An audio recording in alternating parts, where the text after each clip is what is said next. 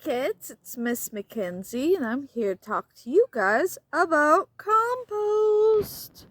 I have my handy dandy compost pile right here. And we're going to be in luck today because I have a mixture of a pineapple skin and shrimp shells, which is gonna look great in our pile. These break down real nice. If I was a better composter, I'd be able to compost meats as well. But those take a while to break down. These guys are fine, so are eggshells. And this stuff breaks down easy. Look at how nice that looks. So I've made a hole in our pile. And we are just going to take this and put it in there. You can already see some of the stuff that's been broken down. And this stuff is very warm. I'll show you later why that is. And you can kind of see some of the other like food stuffs. There's some moldy bread. And I don't know what this used to be, but it's gross. In our pile.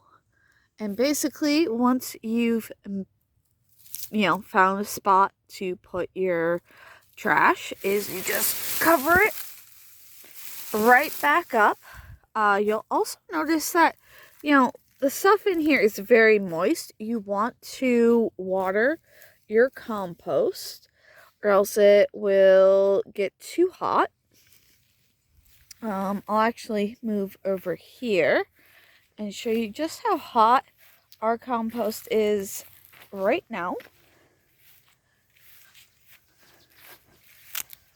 It's a fairly good pile. We are at 140 degrees Fahrenheit right now in the middle of this pile.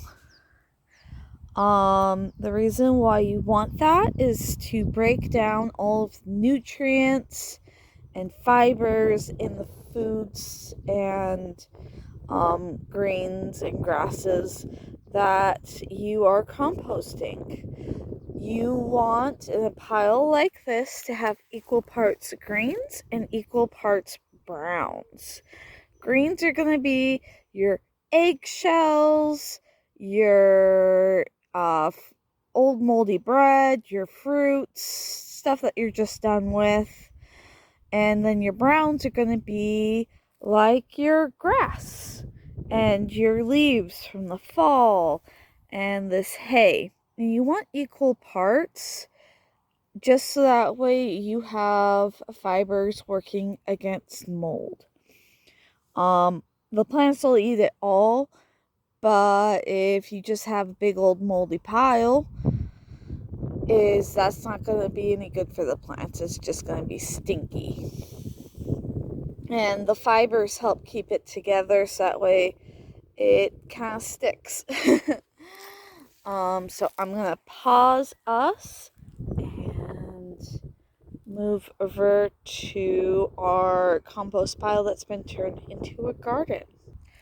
Now, the other reason why you don't want meats is because pests like coyotes and raccoons and voles will basically run into your compost and destroy it looking for scraps of food.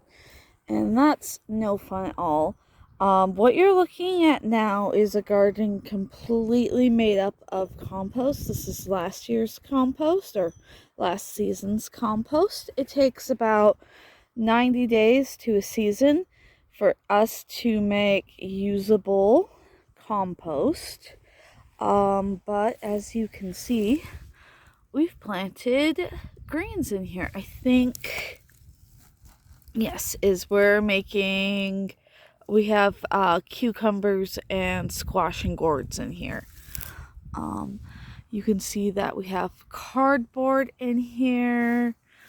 You can see this nice good pile of mold. I'm not gonna touch it. It's gross. And I was told if I can dig through here, I'll probably find some worms. It is nice and gross and wet in here, and it smells disgusting. It's very, very sticky and gross, and the plants love that. I do not. But this whole bin right here, this whole section, is also full of worms. The worms will eat the greens and the browns and turn it into stuff that the plants can use. They'll also dig through it, giving the roots in the garden that we are currently looking at, you know, a place to go. We've already spread out compost through the yard. Yes, I hear you. My neighbors are a little noisy right now, and we'll get to them when we go to grass. But give me one sec, and we'll go into the garden. So this is an unfertilized garden right now. It does have stuff growing in it. We're growing, I think, some basil and some lettuce. We're going to throw some of the compost over it soon. But this garden area does have some of the stuff that we had last year. And as you can see, the dirt is softer and more dark and moist, and that's great for these guys. We're growing carrots and raspberries. I think that's going to turn into bell peps. I'm not sure. And then over here, this is where we are going to grow potatoes. This is where we also are processing some of the hay from last year. And if I dig in here, you'll find still super moist. This hay is being broken down. The fibers are breaking down as well. And it's basically being used to turn into plant food. And that'll be great for our potatoes, because essentially the whole plant, so the whole bottom part of the plant, the important part, will be able to get all the nutrients from here and make food for Miss Mackenzie, because she loves fresh greens. I hope you guys liked my talk on compost, and I'll see you guys in the grass section.